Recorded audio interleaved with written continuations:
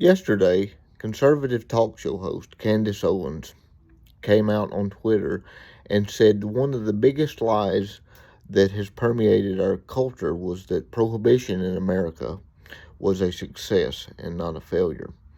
I will post a screenshot of her tweet so that you can see it, and then I want to talk about it and talk about why I think she said that and why it's wrong-headed at best. Before making this video, I searched Twitter and I found the reason that I think that Candace Owens decided to post that prohibition was a success was because of footage that surfaced on TikTok in which Taylor Swift and Travis Kelce, her boyfriend, seemed to be smoking a joint in celebration after the Super Bowl. Now, I don't know what history books Candace Owens has been reading, but prohibition was no success. Prohibition made innocent people criminals. Prohibition led to the rise of illegal bathtub gin. Prohibition led to moonshiners and bootlegging. Prohibition led to the deaths and criminalization of innocent people.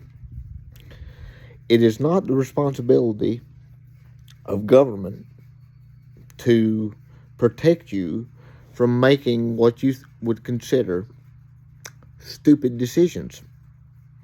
I would not argue that it is stupid to get shit-faced drunk.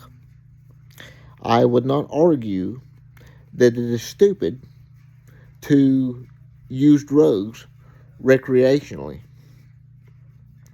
Even the use of marijuana, which is probably the most harmless of all drugs on the planet. Making a plant illegal that God put on the earth is morally wrong. It is not the use of marijuana that I believe is morally wrong. It's how we use it. And government is not the arbiter of what is moral and what is good. Criminalizing something like this, whether it be a plant or booze, just makes innocent people criminals for no reason. And when government tries to intervene in the economy, they're not doing anybody any favors. All they're doing is creating a black market. People are going to get what they want to get. Let me tell you, I'm originally from North Wilkesboro, North Carolina. North Wilkesboro is known for three things: moonshine, NASCAR, and bluegrass music. NASCAR became a thing because a bunch of moonshiners were trying to outrun each other. That's right, Junior Johnson, the founder of NASCAR, used to be a bootlegger.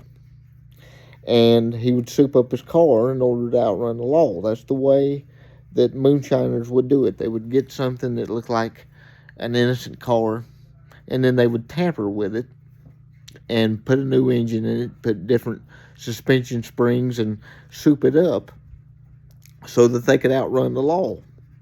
And one day, a bunch of moonshiners got together and said, let's see who's got the fastest car. And that's the short story on how NASCAR became a very, very popular redneck sport. But what you saw with prohibition was innocent people that became criminals just because they decided to get a drink. And that is not the right way to go. Taking something and making it illegal just because you believe that it's immoral is not a moral action in and of itself. Now, if Candace Owens had just said, I think people drink too much, I don't think people should drink at all. If she'd said that, and I'll try to live my life in a way that exemplifies that and exemplifies the virtues of a clean life, that they shouldn't drink, they shouldn't use drugs, I probably wouldn't be making this video.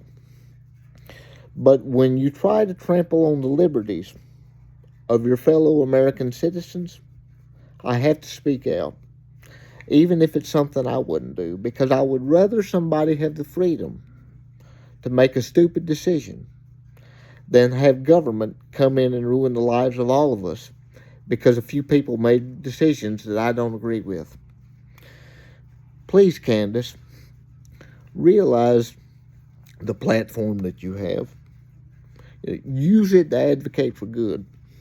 I believe Candace is most likely a good person.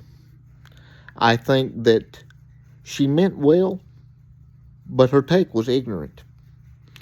And please educate yourself. And don't make a claim that you aren't willing to back up. I would really like to know what you've been reading, that you think making illegal booze made people's lives better, that America was a success. There's a reason that amendment to our Constitution was overturned. Prohibition was a massive failure. I'm going to leave you with good old Milton Friedman, conservative capitalist economist, and his thoughts on the failure of prohibition and how prohibition did nothing but make something that wouldn't be a problem a serious problem that has killed people.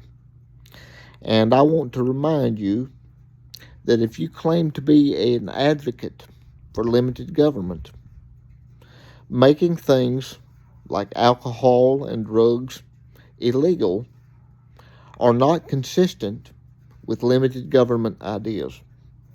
People should be free to make bad decisions. If not, it's not really America anymore now, is it? Live your life, Candace. Try to be the best advocate for what you believe. But don't make claims like this anymore. And be able to back up what you say without saying a bunch of stuff just to trigger people who might not agree with what you have to say. Learn from the lessons of history. That's all I've got to say to you. Please like this video. Please share it, guys.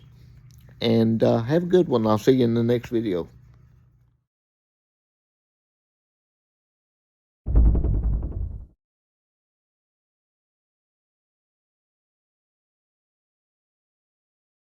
One of the problems of our society is that by having all responsibility assigned to the government, we have removed the pressure on individuals to be responsible for themselves, to feel that they have a set of values that they are entitled to pursue. So that, no, I don't believe there's... I assume then that if somebody wants to smoke marijuana, that's their business too. That's his business, absolutely. Are we going to take that to heroin and addiction? Absolutely. Now, let me go back on that one, because that's a very interesting thing. Even if on ethical principles, you believe it is right to prevent somebody else from smoking heroin, as a matter of expediency, it's a terrible mistake. The largest... So is jumping off the bridge. No, I don't mean that. I mean it's a terrible mistake for society to render heroin illegal, because that increases the harm which heroin does.